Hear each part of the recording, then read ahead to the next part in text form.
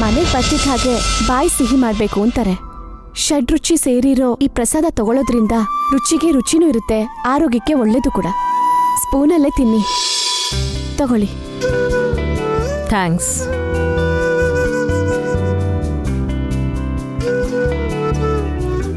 ಚಿಕ್ಕಪ್ಪ, ಆ ಲಗೇಜ್ ತಗೊಂಡು ಹೋಗಕ್ ಸ್ವಲ್ಪ ಹೆಲ್ಪ್ ಮಾಡಿ. ಇದನ್ನ ಹಾಗೆ ಎಳ್ಕೊಂಡು ಹೋಗೋದಲ್ವೇನಮ್ಮ? 4 ದಿವಸ ಎಲ್ಲಿಗೋ ಹೋಗಿ ಅದೇನ್ ತಗೊಂಡ್ ಬಂದಿದಾರೋ. ಬನ್ನಿ ಹಿಡ್ಕೊಳ್ಳಿ.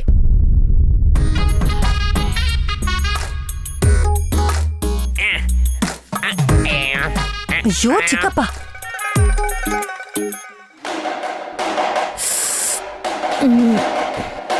ಹೇಗಿದೆ ಅತ್ತೆ ರಾಯ್ತಾ? ಕಹಿಯಾಗಿದೆ. ನಿಮ್ ಮನಸ್ಥಿತಿ ತರಾನೇ. ಅದೇನ್ ಹಾಗೆ ಹೇಳ್ತಿದ್ಯಾ? ಯುಗಾದಿ ಪ್ರಸಾದನ ಯಾರೇ ಆದ್ರೂ ಅವ್ರ ಮನ್ಸು ಹೇಗಿರುತ್ತೋ ಹಾಗೆ ಸ್ವೀಕರಿಸ್ತಾರೆ.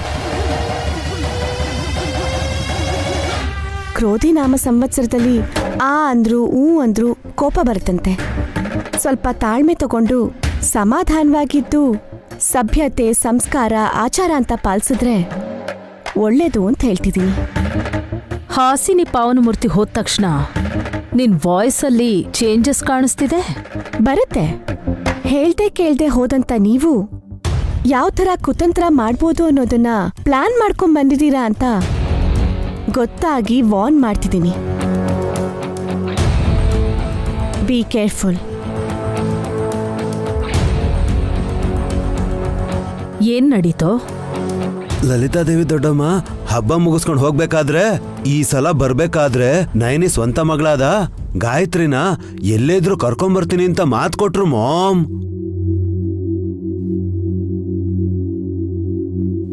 ಹಾಗಾ? ಅವ್ರಿಗಿಂತ ಮುಂಚೆ ಗಾಯತ್ರಿ ಅಕ್ಕನ್ನ ನಾನೇ ಕರೆಸ್ತೀನಿ. ಹೇಗೆ ಮಾಮ್?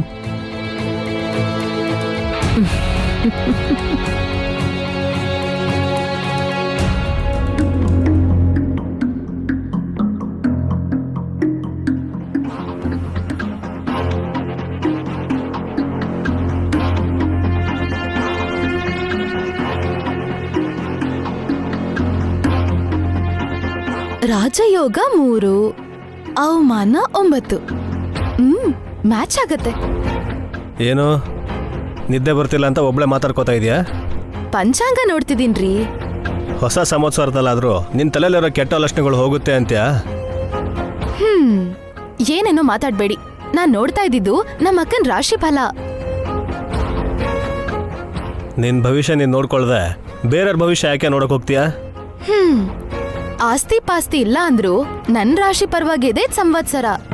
ನಮ್ಮ ಅಕ್ಕನ್ಗೆ ಗೌರವ ಕಡಿಮೆ, ಅವಮಾನ ಜಾಸ್ತಿ ಅಂತ ಇದೆ. ಬೇಕು ಅಂದ್ರೆ ನೀವೇ ನೋಡಿ. ಪೇಪರಲ್ಲಿರೋದನ್ನ ಜೀವನದಲ್ಲಿ ಅಳವಡಿಸ್ಕೋಬೇಕು ಅನ್ನೋದನ್ನ ನಾನು ನಂಬೋದೇ ಇಲ್ಲ. ನೀವ್ ನಂಬಲ್ವಾ? ನಮ್ಮನ್ನ ಉದ್ಧಾರ ಮಾಡುವಂತ ಪೇಪರ್ ಇದೆ ಅಂದ್ರೆ ಅದು ಒಂದೇ, ಕರೆನ್ಸಿ ನೋಟು. ಅದು ಒಬ್ಬ ಭಿಕಾರಿ ಜೋಬಲ್ಲಿದ್ರು ಕೋಟ್ಯಾಧಿಪತಿ ಜೋಬಲ್ಲಿದ್ರು ಒಂದೇ, ಎರಡಕ್ಕೂ ಬೆಲೆ ಇರುತ್ತೆ. ನೋಡಿದ್ರಾ, ದುಡ್ಡಂದ್ರೆ ನಿಮ್ಗೂ ಇಷ್ಟನೇ ತಾನೆ? ಹೊರಗೆ ಹೇಳ್ಕೊಳಲ್ಲ ಅಷ್ಟೇ. ಯಾಕೆ ನಾಚ್ಕೋತೀರಾ? ನನ್ ಜೊತೆ ಶೇರ್ ಮಾಡಿದ್ರೆ ಅವಕಾಶಗಳನ್ನ ಹೇಳ್ತೀನಿ. ನಿನ್ನ ಆಸೆಗೂ ಮತ್ತೆ ನನ್ನ ಯೋಚನೆಗೂ, ಭೂಮಿ ಮೇಲಿರೋ ನಾಯಿಗೂ ಆಕಾಶದಲ್ಲಿರೋ ನಕ್ಷತ್ರಕ್ಕೂ ಇರೋಷ್ಟು ವ್ಯತ್ಯಾಸ ಇದೆ. ಚೆನ್ನಾಗಿ ಹೇಳಿದ್ರಿ. ನಮ್ಮಿಬ್ರು ಮಧ್ಯೆ ಇರೋ ಯೋಚನೆ ಬಗ್ಗೆ ವ್ಯತ್ಯಾಸ ಹೇಳ್ತೀರಾ? ಹೇಳೋ ಅಂತದೇ ಬಿಡು. ಕಷ್ಟಪಟ್ಟು ಸಂಪಾದನೆ ಮಾಡಿದ್ರೆ 1 ರೂಪಾಯಿ ಆದರೂ ಅದು ನಮ್ಮ ಜೀವನನ ಒಳ್ಳೆ ರೀತಿಯಲ್ಲಿ ರೂಪಿಸ್ಕೊಳ್ಳೋದಕ್ಕೆ ಸಹಾಯ ಮಾಡುತ್ತೆ. ನೀನು ಅಹಂಕಾರದಲ್ಲಿ ಬದುಕ್ತಾ ಒಳ್ಳೇದು ಮಾಡೋರ ಮೇಲೆ ಅಸೂಯೆನ ಪಟ್ಕೊಂಡು ಬಿಟ್ಟಿಯಾಗಿ ಆಸ್ತಿ ಬರಬೇಕು ಅಂತ ನೋಡಿದ್ರೆ ಕೊನೆಗೆ ನಿನ್ನ ಬಗ್ಗೆ ಯೋಚಿಸೋರು ಕೂಡ ಇರಲ್ಲ ಅಂತ ಹೇಳ್ತಾ ಇದ್ದೀನಿ. ನಾನ್ ತುಂಬಾ ನೇರವಾಗಿ ಮಾತಾಡೋದ್ರಿಂದ ಕೆಟ್ಟೋಳ್ ತರ ಕಾಣಿಸ್ತೀನಿ. ಆದ್ರೆ ನೀವು, ನಾನು, ನನ್ ಮಗಳು ಉಲ್ಲುಚಿ 3 ನಿಶ್ಚಿಂತೆಯಿಂದ ಬದುಕೋದಿಕ್ಕೆ ನಾನ್ ಪಡೋ ಕಷ್ಟ ಮಾತ್ರ ನಿಮ್ಗೆ ಅರ್ಥ ಆಗಲ್ಲ. ಸುಮನ, ದಯವಿಟ್ಟು ನನ್ನ ಹತ್ರ ಏನು ಹೇಳ್ಬೇಡ. ನೀನು ಮನ್ಸಲ್ಲೇ ಇಟ್ಕೋ.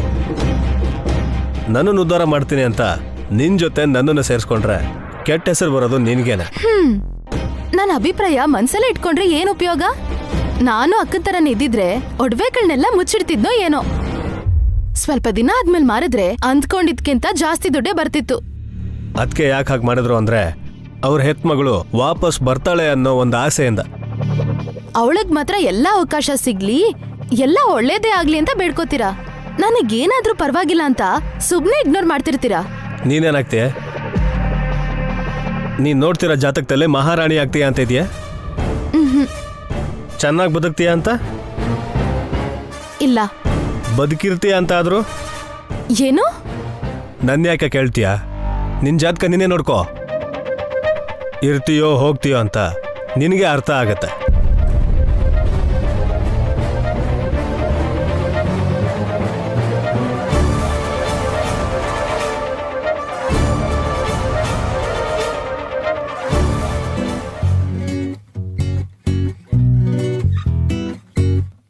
ಹೋಗಿ ಸ್ಪೀಡ್ ಆಗಿ. ಗೇರ್ ಹಾಕಿ ಸ್ಪೀಡ್ ಆಗಿ ಹೋಗೋದಿಕ್ಕೆ ನಾನೇನ್ ಕಾರೇನೆ? ಆನೆ ಆಗಿದ್ರೆ ಸ್ಲೋ ಆಗಿ ಹೋಗತ್ತೆ ರೀ. ಅದಕ್ಕೆ ನಿಮ್ಮನ್ನ ಕುದುರೆ ಅನ್ಕೊಂಡೆ. ನೀನ್ ಅನ್ಕೊಂಡ್ರೆ ಸಾಕೇನೆ. ಅಯ್ಯೋ ಮುಂದಕ್ಕೆ ಹೋಗ್ರಿ. ಆಂಟಿ, ಚಿಕ್ಕಪ್ಪನ್ ಬೆನ್ಮೂಳೆ ಮುರಿಬೇಕು ಅಂತಿದ್ದೀರಾ? ಮುರಿದ್ರೆ ಮುರಿಲಿ ಬಿಡು ಹಾಸ್. ಅದ್ಯಾಕತ್ತೆ ಹಾಗಂತೀರಾ? ಇವತ್ತಲ್ಲ ನಾಳೆ ಚಿಕ್ಕಪ್ಪಂಗೆ ಸೇವೆ ಮಾಡೋದ್ ಮಾತ್ರ ತಪ್ಪಿದಲ್ಲ ಅಂತ. ಕರೆಕ್ಟಾಗಿ ಹೇಳಿದ್ಲು ಸುಮನ. ಹಾಗೆ ಎನ್ಕರೇಜ್ ಮಾಡ್ಬೇಡ ಬ್ರೋ. ಅವಳಿಗೆ ನೀನ್ ಕುಡಿಯಕ್ ನೀರು ಕೇಳಿದ್ರು ಮುಖ ಗಂಟ ಹಾಕೊಂತಾಳವಳು. ಏಯ್, ಅದು ಗಂಡ ಹೆಂಡತಿ ಮಧ್ಯೆ ಇರೋ ಪ್ರೀತಿ ಬಾಂಧವ್ಯದ ಮೇಲೆ ಆಧಾರವಾಗಿರುತ್ತೆ ಕಣೋ.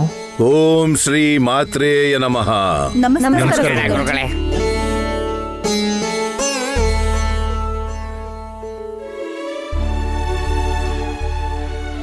ಬನ್ನಿ ಸ್ವಾಮಿ, ನಮ್ಗೆ ಸಂಬಂಧ ಇಲ್ದಿರೋ ವಿಷಯ ಪ್ರೀತಿ ಅನ್ನೋ ಟಾಪಿಕ್ ಬಗ್ಗೆ ನಾವು ಮಾತಾಡ್ತಾ ಇದ್ವಿ. ಏಯ್ ಸ್ವಲ್ಪ ಸುಮ್ನಿರೆ ಸುಮ್ಮಿ. ನಾವು ಸುಮ್ಮನೆ ಇದ್ರು ಗುರುಗಳು ಸುಮ್ಮನೆ ಇರಲ್ಲ. ಏಯ್, ಏನ್ ಮಾಡ್ತಾರೆ ಅಂತ ಹಾಗೆ ಹೇಳ್ದೆ? ಅಂದ್ರೆ ಏನೋ ಒಂದ್ ಕೆಲ್ಸನ ಮುಗಿಸ್ಕೊಂಡು ಹೋಗೋದಕ್ಕೋಸ್ಕರ ಈ ಮಹಾನ್ ಭಾವರು ಬಂದಿದ್ದಾರೆ ಅಂತ ಹೇಳ್ತಾ ಇದ್ದೀನಿ ಮಾಮ್. ಇಲ್ಲೇ ಪಕ್ಕದಲ್ಲೇ ಬಂದಿದ್ದೆ, ನಿಮ್ಮನ್ನೆಲ್ಲ ನೋಡ್ಕೊಂಡು ಹೋಗೋಣ ಅಂತ ಬಂದೆ.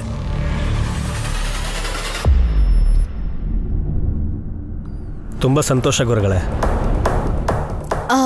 ನಮ್ಗಳನ್ ಮಾತ್ರನಾ, ಇಲ್ಲಾಂದ್ರೆ ನಮ್ಮ ಅಕ್ಕ ಮತ್ತೆ ವಿಶಾಲ್ ಭಾವನ್ ಕೂಡನಾ? ಅವ್ರನ್ನ ನೋಡ್ದೆ.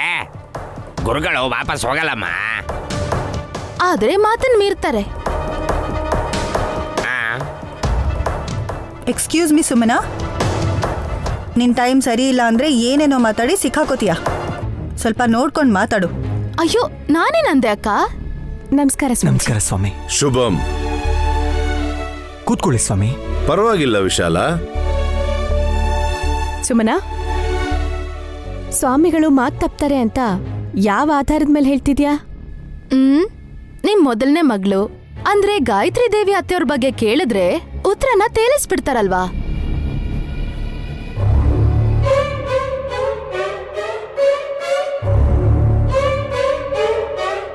ಓ, ನೀವು ನಮ್ಗೆ ಒಳ್ಳೇದ್ ಬಯಸೋರಾಗಿದ್ರು ದೊಡ್ಡಮ್ಮ ಎಲ್ಲಿದ್ದಾರೆ ಅಂತ ಮಾತ್ರ ಹೇಳಲೇ ಇಲ್ಲ ನಮ್ ಗುರುಗಳು.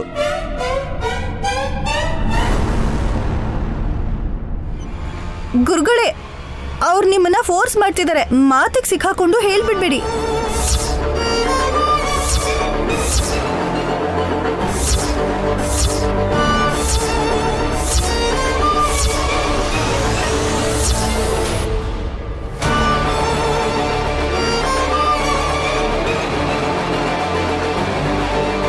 ಅಂದ್ರೆ ಗುರುಗಳಿಗೆ ಗಾಯತ್ರಕ್ಕ ಎಲ್ಲಿದ್ದಾರೆ ಅಂತ ಗೊತ್ತು ಅಂತಾಯ್ತು.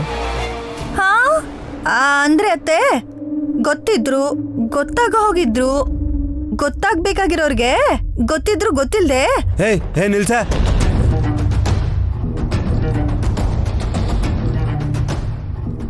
ಅದ್ ಹಾಗಲ್ವೇ ಹಾಸ್? ಗುರುಗಳಿಗೆ ಗೊತ್ತಿರೋಂತ ವಿಷಯ ನಿನಗೆ ಹೇಗ್ ಗೊತ್ತು? ಹಾ,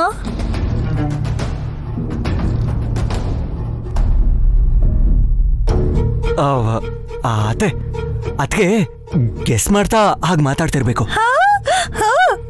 ಎಸ್. ಹತ್ ಕಲ್ಲೆ ಎಸ್ತಿದ ತಕ್ಷಣ ಬೀಳೋದಿಕ್ಕೆ ಅದು ಮಾವಿನಕಾಯಿ ಅಲ್ಲ ಬಾವ, ನಮ್ಮ ಅಕ್ಕನ ಹೊಟ್ಟೆಲ್ ಹುಟ್ಟಿರೋ ಭೌತಿಕ ದೇಹ.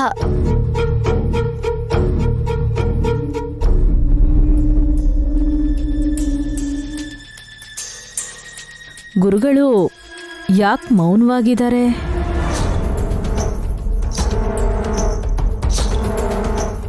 ನೋಡ್ಕೊಂಡು ಹೋಗಿ ಬಂದಿದ್ದೀನಿ ಅಂತ ಹೇಳಿದವ್ರಿಗೆ ಈ ಥರ ತೊಂದರೆ ಕೊಟ್ರೆ ಪಾಪ ಅವರಾದರೂ ಏನು ಮಾತಾಡ್ತಾರೆ? ಸ್ವಾಮೀಜಿ, ನೀವು ಮಾತಾಡದೇ ಇದ್ರೆ ನಿಮ್ಮ ಮೇಲೆ ಆರೋಪ ಹೊರಿಸ್ತಾರೆ. ಏನ್ ಹೇಳು ಅಂತ ಹೇಳ್ತೀಯಮ್ಮ? ಅವಳೇನು ಹೇಳ್ತಾಳೆ ಸ್ವಾಮಿ? ಗಂಡನ್ಗೆ ಎಷ್ಟು ಸಲ ಹೇಳಿದ್ಲು ದೊಡ್ಡ ಮಗಳನ್ನ ಹುಡುಕಿ ಕರ್ಕೊಂಬನ್ನಿ ಅಂತ.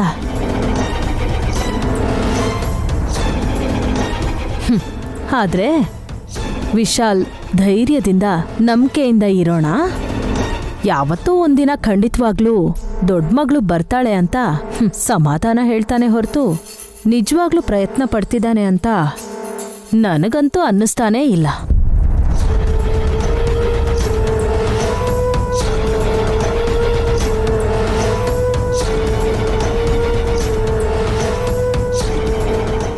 ನಾನು ಸುಮ್ಮನೆ ಹೇಗೂ ಚೆನ್ನಾಗಿಲ್ಲ ಇವಾಗ. ಅತ್ತಿಗೆ ಸಂಸಾರನ ನೀವು ಹಾಳು ಮಾಡಬೇಕು ಅಂದ್ಕೊಂಡಿದ್ದೀರಾ?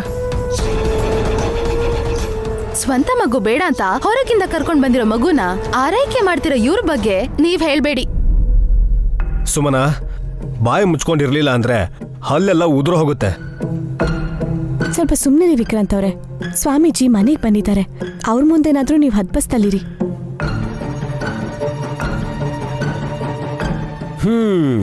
ಗುರುಗಳು ಹೋದ್ಮೇಲೆ ಸುಮ್ಮನಾಗೆ ಚಿತ್ರಹಿಂಸೆ ಕೊಡ್ತಾರೇನೋ.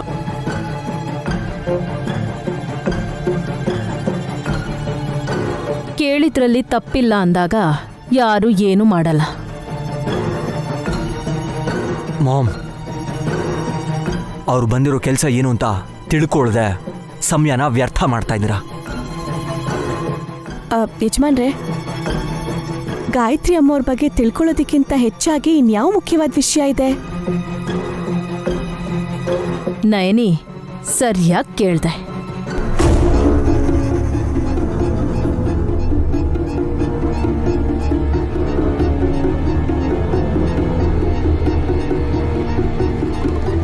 ಇನ್ನೊಂದ್ ಸ್ವಲ್ಪ ಬಲವಂತ ಮಾಡಿದ್ರೆ ಗುರುಗಳೇ ನಿನ್ ದೊಡ್ಡ ಮಗಳು ಎಲ್ಲಿದ್ದಾಳೆ ಅಂತ ದಿವ್ಯ ದೃಷ್ಟಿಯಿಂದ ಹೇಳ್ತಾರೆ ಅಂತ ಅನ್ಸುತ್ತೆ.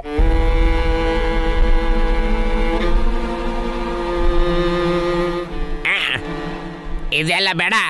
ಮೊದಲು ಗುರುಗಳಿಗೆ ಹಣ್ಣು ಹಂಪ್ಲ ಮಜ್ಜಿಗೆ ಏನಾದ್ರೂ ಕೊಡಿ. ಅದೇನು ಬೇಡ ಪಾವನ. ನೀವ್ ಬೇಡ ಅಂದ್ರೂ ಸರಿ, ನಮ್ಗಂತೂ ಇವತ್ತು ಗಾಯತ್ರಿ ಅತ್ತೆ ಬಗ್ಗೆ ಗೊತ್ತಾಗ್ಲೇಬೇಕು. ಸುಮನ, ಯಾಕೆ ನೀನು ಅಷ್ಟ ಹಠ ಮಾಡ್ತಾ ಇದೀಯಾ? ನೀವು ಮತ್ತೆ ಸ್ವಾಮೀಜಿ ಪಕ್ಕಕ್ಕೆ ಹೋಗಿ ಪುನರ್ಜನ್ಮ ಟಾಪಿಕ್ ಬಗ್ಗೆ ಮಾತಾಡೋದ್ನ 1-2 ಸಲ ನೋಡಿದಿಕ್ಕೆ ಹೇಳ್ತಾ ಇರೋದು ಬಾವಾ.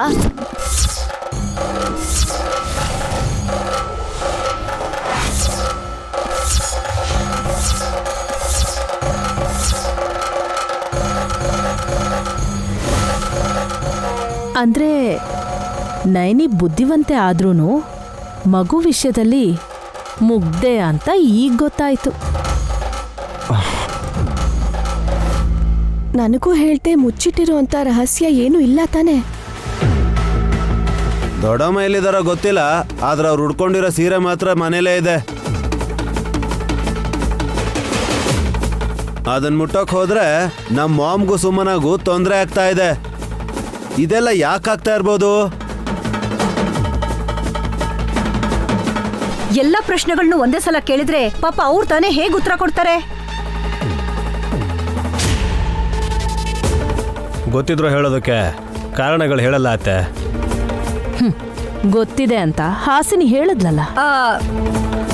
ಸುಮ್ಮನೆ ಅತ್ತೆ, joke, just for fun, you no.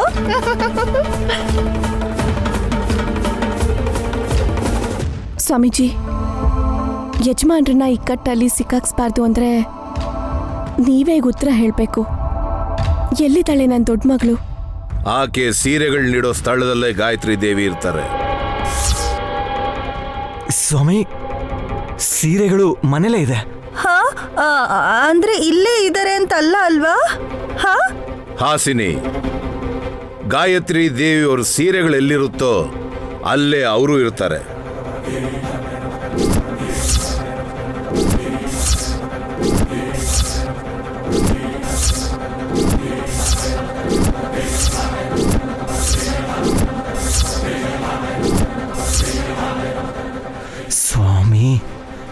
ಸಿಗಾಕ್ಸ್ತಿದ್ದೀರಾ ನೀವು? ಸೀರೆ ಇರೋ ಕಡೆ ಮಗು ಇದ್ರೆ ನಾವು ನೋಡದೆ ಇರ್ತೀವ ಗುರುಗಳೇ. ದೊಡ್ಡಕ್ಕ ಬಂದ್ಲು ಅಂತ ಖುಷಿ ಇರತ್ತಲ್ವಾ? ಹೌದಲ್ವಾ ಸ್ವಾಮೀಜಿ? ಈ ಮನೇಲಿರೋದು ಜೋಗಯ್ಯ ಶಾಸ್ತ್ರಿಗಳ ಮೊಮ್ಮಗಳು ಗಾಯತ್ರಿ, ನನ್ನ 2ನೇ ಮಗಳು ಕಾನವಿ, ಹಾಸಿನಿ ಅಕ್ಕನ ಮಗ ಬದ್ರಿನಾಥ, ನಮ್ ಸುಮನನ್ ಮಗಳು ಉಲುಚ್ಚಿ, 4 ಮಕ್ಳಿರೋದು. ನೀವ್ ಹೇಳ್ದಂಗೆ ಗಾಯತ್ರಿ ಅಮ್ಮೋರು ಈ ಮನೇಲಿ ಎಲ್ಲೂ ಕಾಣಿಸಿಲ್ಲ. ಹಾ ದೊಡ್ಡಮ್ಮ ಚಿಕ್ಕ ಮಗುವಾಗಿ ಕಣ್ಣ ಮುಚ್ಚಾಲೆ ಆಟ ಆಡ್ತಾ ಇದ್ದಾರಾ?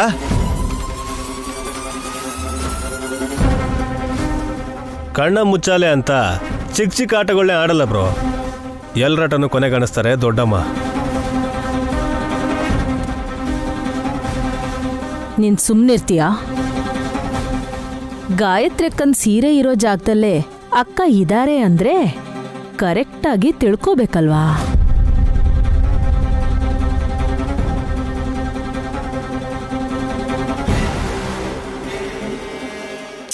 ಇನ್ನೊಂದ್ ಸ್ವಲ್ಪ ಅರ್ಥ ಆಗೋ ತರ ಹೇಳಿ ಸ್ವಾಮಿ. ಸೀರೆಯಲ್ಲಿ ಬಚ್ಚಿಟ್ಕೊಂಡಿದ್ದಾರೆ ಅಂತೀರಾ? ಅತ್ತೆ, ಇನ್ನು ಚಿಕ್ಕ ಮಗು ಆಗಿರೋ ಅಮ್ಮ ಸೀರೆ ಜೊತೆಲಿ ಯಾಕೆ ಆಟ ಆಡ್ತಾರೆ?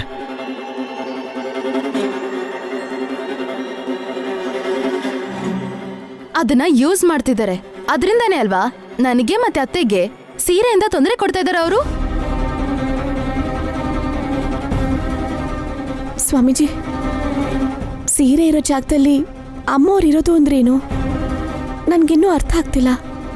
ಗಾಯತ್ರಿ ದೇವಿ ಸೀರೆಗಳು ಬರೀ ಈ ಮನೇಲಿ ಮಾತ್ರ ಇಲ್ಲ ನಯನಿ.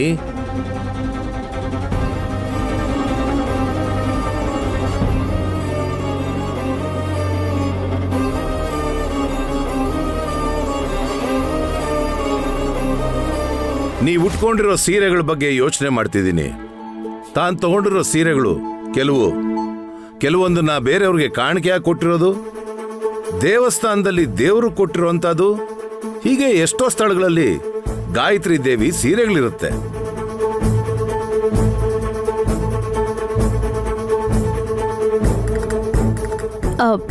ಹಾಗಂತ ಎಲ್ಲಾ ಕಡೆನೂ ಗಾಯತ್ರಕ್ಕ ಇರ್ತಾರ ಗುರುಗಳೇ?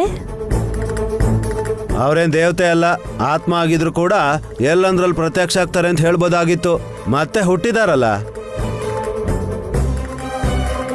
ನನಗೆ ಅರ್ಥ ಆಯ್ತು. ಏನ್ ವಿಶಾಲ್ ಬಾಬಾ? ನಮ್ಮಮ್ಮನ ಸೀರೆಗಳು ಸುತ್ತಮುತ್ತಲು ಎಲ್ಲೆಲ್ಲಿ ಇದೆಯೋ ಅಲ್ಲೆಲ್ಲ ಹುಡುಕಿದ್ರೆ ನಮ್ಗೆ ಖಂಡಿತವಾಗ್ಲೂ ಸಿಗ್ಬೋದು ಅನ್ಸತ್ತೆ. Very good. ಇಷ್ಟು ದಿನಕ್ಕೆ ಒಳ್ಳೆ ಮಾತು ಹೇಳಿದ್ರಿ. ಹುಡ್ಕಣ, ಸಿಕ್ಕೇ ಸಿಗ್ತಾರೆ. ಪ್ರಯತ್ನ ಪಡೋದು ಬೇಡ ತಿಲೋತ್ತಮ. ಆ ಸೀರೆಗಳು ಮತ್ತೆ ನಯನಿ ಒಂದೇ ಕಡೆ ಇರೋ ಹಾಗಾಗುತ್ತೆ. ಇಷ್ಟರಲ್ಲೇ ಆವಾಗ ತಿಳ್ಕೊಂಡ್ರೆ ಸಾಕು.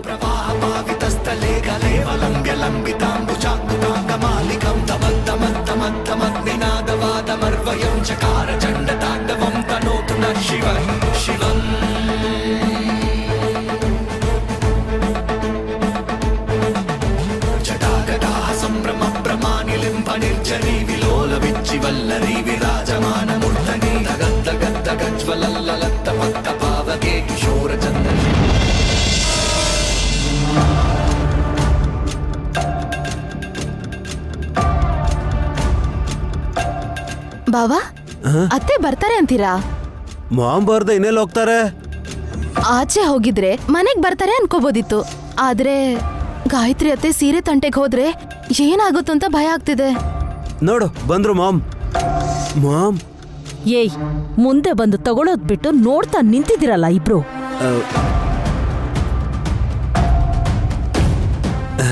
ಒಂದ್ಸಲ ಅನುಭವ ಆದ್ಮೇಲೂ ಮತ್ತೆ ಯಾರಾದ್ರೂ ಮಾಡ್ತಾರ ಮಾಮ್? ದೊಡ್ಡತ್ತೆ ಸೀರೆ ಮುಟ್ಟಿದ್ರೆ ಮತ್ತೆ ಹಾವು ಬರುತ್ತೇನೋ ಅಂತ. ಯಾವ್ದಕ್ಕೆ ಇರ್ಲಿ, ಕೆಳಗೆ ಮೇಲೆ ಪಕ್ಕದಲ್ಲಿ ಎಲ್ಲ ಕಡೆನೂ ನೋಡ್ತಾ ಇರಿ.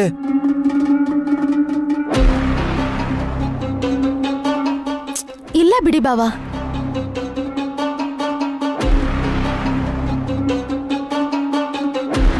ಅತ್ತೆ, ಇದನ್ ಬಿಚ್ ನೋಡೋದ್ರಿಂದ ಏನ್ ಯೂಸು?